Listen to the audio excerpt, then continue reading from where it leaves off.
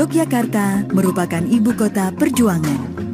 Hampir di setiap sudut kota Jogja, kita masih dapat menemukan bukti-bukti pada masa perjuangan. Mulai dari bangunan hingga benda-benda bersejarah sebagai saksi perjuangan. Bukti yang semakin meyakinkan adalah Yogyakarta pernah menjadi ibu kota Republik Indonesia, di mana pada saat itu Belanda melancarkan agresi militer kedua, hingga dicetuskanlah Perang Gerilya dan akhirnya dilancarkan serangan umum 1 Maret 1949. Perang Gerilya tidak lepas dari peran Panglima Besar Jenderal Sudirman.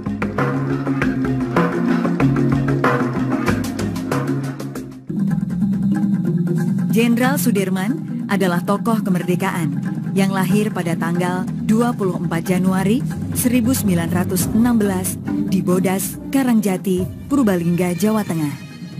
Ayah Sudirman adalah seorang pekerja pabrik gula di Kalibagor yang bernama Karsit Kartowiroji dan ibu bernama Siem yang masih keturunan Wedana dari Rembang. Pada usia 8 tahun, Sudirman kecil diangkat anak oleh Raden Cokro Sumoaryo, seorang asisten Wedana di Rembang. Sudirman menempuh pendidikan di Hollands Indies School atau HIS, yaitu sekolah rendah dengan bahasa pengantar bahasa Belanda di Purworejo. Setelah lulus Keamanan Rakyat atau TKR. Saat menjadi anggota TKR, Sudirman berhasil merebut senjata pasukan Jepang dalam pertempuran di Banyumas, Jawa Tengah. Karena kepiawaiannya dalam bidang militer, Sudirman diangkat sebagai Panglima Divisi 5 TKR dengan pangkat kolonel. Perang besar pertama yang dipimpin Sudirman adalah perang melawan tentara Inggris dan Nika Belanda pada bulan November hingga Desember tahun 1945 yang dikenal dengan Pertempuran Palagan Ambarawa. Pertempuran berakhir dengan kemenangan.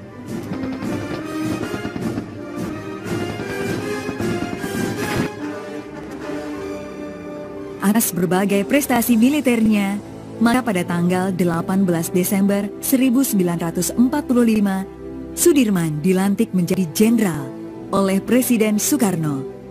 Seiring dengan perkembangan TKR menjadi TNI, Sudirman dilantik menjadi Panglima Besar bersama pucuk TNI lainnya di Gedung Agung Yogyakarta pada tanggal 28 Juni 1947.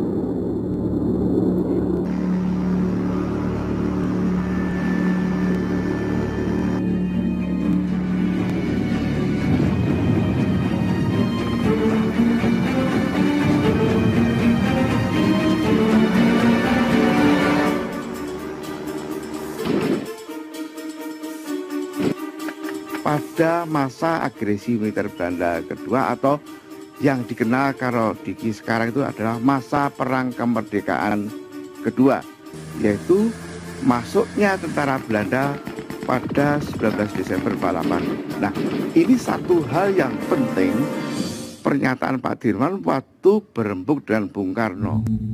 Bung Karno mengatakan bahwa Pak Dirman sakit, istirahat saja. Tidak, Bung. Saya tetap bersatu dengan rakyat, karena sesuai dengan ucapan saya harus bergabung dengan rakyat menentukan kemerdekaan Indonesia. Ketika penyakit tuberkulosis semakin parah, pada tanggal 19 Desember 1948, Belanda menguasai Yogyakarta dan menangkap para pemimpin negara. Dari rumahnya di Bintaran, Panglima Besar Jenderal Sudirman terus memperhatikan pesawat-pesawat Belanda yang terus mengobrol tembakan. Karena khawatir Belanda menyerang kediaman Jenderal Sudirman, maka Dr. Suwondo menyarankan Panglima Besar Sudirman meninggalkan kota Yogyakarta. Setelah membakar semua dokumen yang ada, perjalanan gerilya dimulai dari kediaman Panglima Besar Jenderal Sudirman menuju Kadipaten dan dilanjutkan ke Kretek Bantul. Begitu beliau mengatakan saya harus menentukan perang gerilya, otomatis harus berkarya di wilayah pedesaan.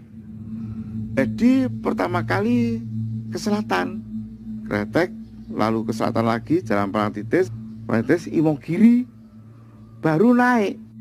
Karena sakit yang diderita, tidak memungkinkan sang jenderal berjalan kaki. Untuk tetap melanjutkan gerilya, Panglima Besar Jenderal Sudirman ditandu oleh para pengikut setianya. Setelah dari Imogiri, naik ke Panggang. Perjalanan dilanjutkan menuju Palihan Gunung Kidul dengan menggunakan dokar.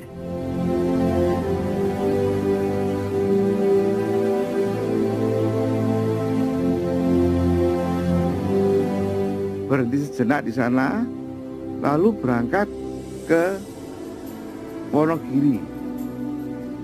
Jadi di Wonogiri itu dia juga berhenti di sana, bahkan dapat gempuran-gempuran dari pemerintah Belanda karena pemerintah Belanda juga punya intelijen. Dari Wonogiri, perjalanan dilanjutkan menuju daerah Jawa Timur. Perjalanan melalui Ponorogo dan Trenggalek. Kemudian pada tanggal 24 Desember 1948 sampai di Kediri. Dari Kediri, rombongan menuju desa Sukarame. Karena dirasa tidak aman, perjalanan dilanjutkan menuju desa Karangnongko dan dilanjutkan menuju lereng Gunung Wilis. Perjalanan dilanjutkan pada tanggal 17 Januari 1949. Saat dalam perjalanan, terjadi penggeledahan yang dilakukan Belanda. Untuk menghindari kontra dengan pasukan Belanda, rombongan masuk hutan Sedayu dan kemudian menuju sawahan.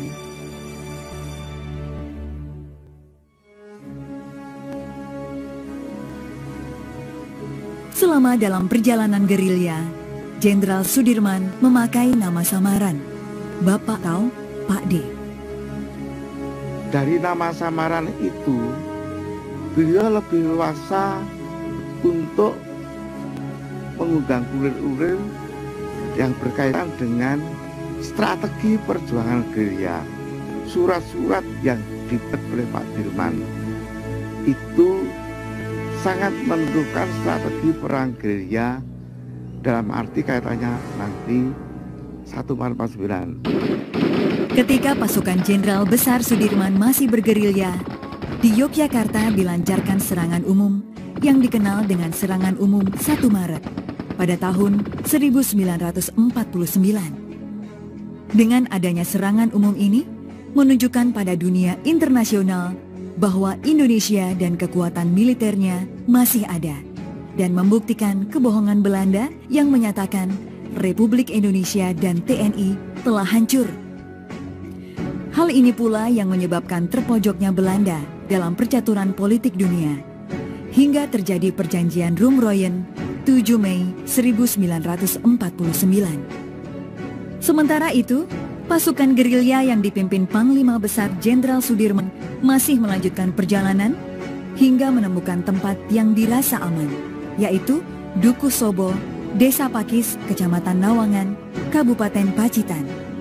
Pasukan Jenderal Sudirman menetap cukup lama di tempat ini, mulai April hingga 7 Juli 1949. Sebagai markas komando, digunakan rumah milik Karso Sumito. Dari rumah sederhana inilah, Panglima Besar Jenderal Sudirman bersosialisasi dengan masyarakat setempat. Di desa Sobo inilah Pak Dirman betul-betul selalu bekerja sama dengan masyarakat pedesaan, karena beliau mengatakan sudah sejak dulu, saya tanpa masyarakat atau rakyat tidak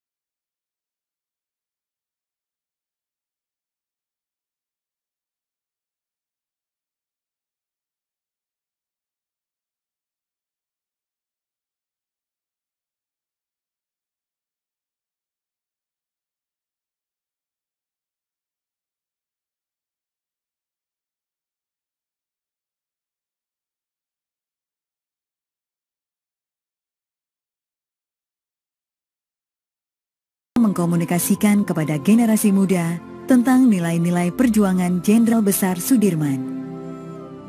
Koleksi Museum Jenderal Sudirman merupakan barang-barang yang menjadi saksi perjalanan gerilya dalam mempertahankan kedaulatan Indonesia. Benda yang dipamerkan meliputi tempat menyarungkan pedang dan sepatu milik Bapak Hadi Harsono.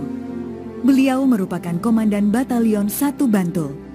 Sebelum melanjutkan perjalanan menuju Panggang, Jenderal Besar Sudirman bermalam di rumah Bapak Hadi Harsono.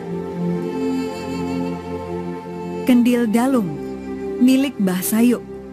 Saat perjalanan gerilya sampai di Palihan, rombongan beristirahat di rumah Mbah Marto Pawiro atau Mbah Sayuk.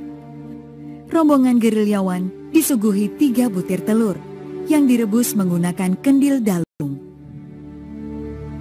Keris Kiai Slamet, milik Bapak Sartono. Saat rombongan gerilyawan menginap di rumah Mbah Sayuk, Jenderal Sudirman memanggil Bapak Sartono untuk ikut menjaga keselamatannya dengan menggunakan keris Kiai Slamet ini. Perlengkapan dapur milik Ibu Projo Pranoto. Perlengkapan dapur inilah yang berjasa menyiapkan hidangan untuk makan para gerilyawan yang bermalam di Semanu. Meja kursi tamu dan peralatan minum milik Bapak Imam Supardi. Peralatan tersebut digunakan Panglima Besar Jenderal Sudirman saat menerima penjemputan pertama oleh Letkol Soeharto. Tempat tidur milik Bapak Hadi Siswanto. Untuk menjaga kondisi kesehatan Panglima Besar Sudirman, maka diputuskan bermalam di daerah Piyungan, tepatnya di rumah Bapak Hadi Siswanto. Bapak Hadi Siswanto meminjamkan tempat tidur untuk beristirahat Panglima Besar Jenderal Sudirman. Meja dan kursi tamu milik Bapak Sumarjono BA. Sebelum masuk kota Yogyakarta, rombongan beristirahat di Piyungan, di rumah Bapak Sumarjono. Dengan menggunakan meja kursi inilah, Panglima Besar Jenderal Sudirman beristirahat sebelum bertolak ke kota Yogyakarta.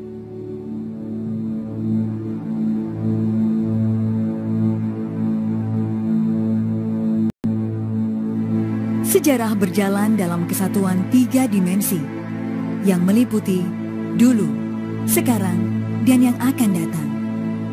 Dan bukan mustahil pula jejak-jejak sejarah yang terjadi pada masa sekarang akan sampai kepada generasi yang akan datang.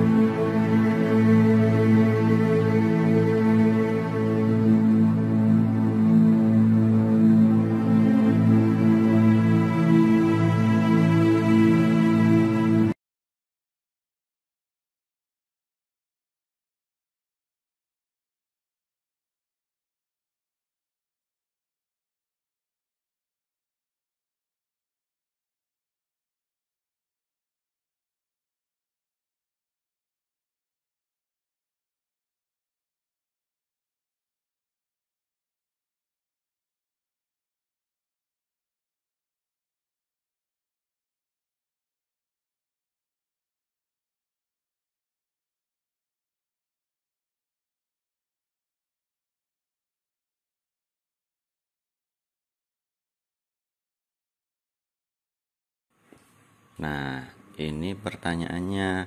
Silahkan kalian jawab ya.